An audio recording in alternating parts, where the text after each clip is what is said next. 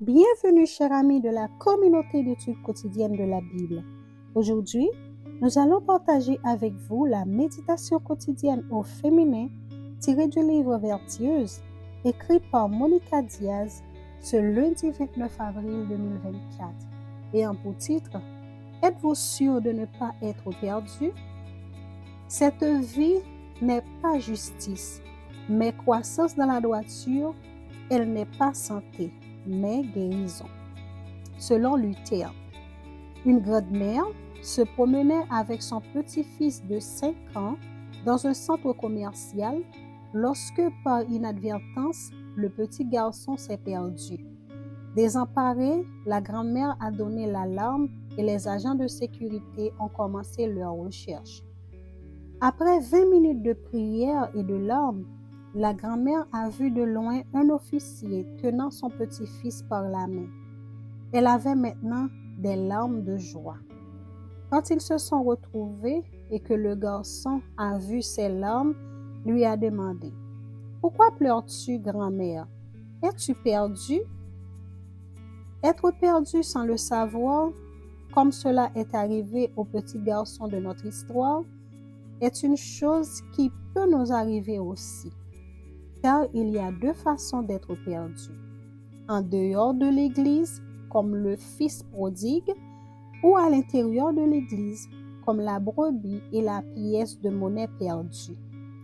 À l'intérieur de l'Église, il peut arriver que, sachant que nous sommes perdus, nous ne sachions pas comment revenir parce que nous comprenons l'Évangile avec notre tête, mais que nos œuvres nient son efficacité.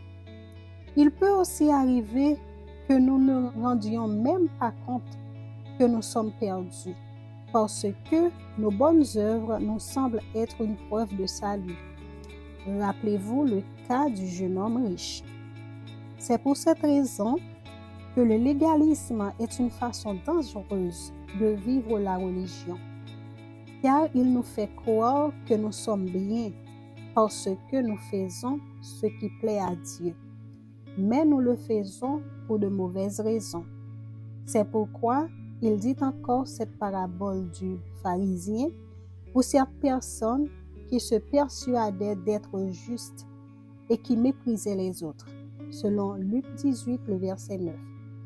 Il s'agissait des pharisiens qui pensaient être dignes du ciel parce qu'ils faisaient de bonnes œuvres, comme jeûner, verser la dîme, ne pas voler ou ne pas commettre l'adultère.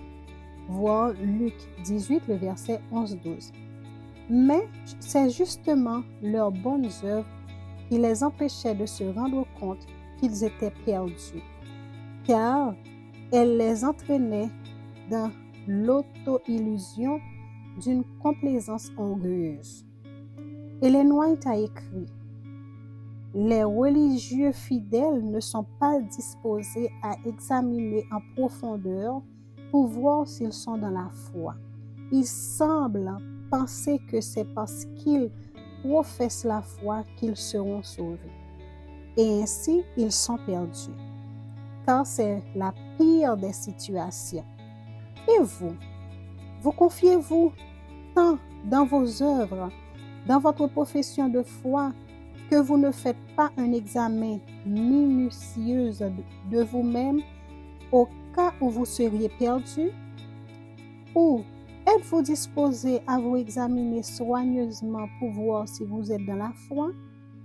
Le salut ne vient pas en professant la foi, mais en croyant au Christ et en l'aimant de tout notre cœur. Je connais tes œuvres. Tu as le renom d'être vivant, mais tu es perdu, tu es mort. Apocalypse 3, le verset 1er. Nous vous souhaitons une agréable journée. Au revoir.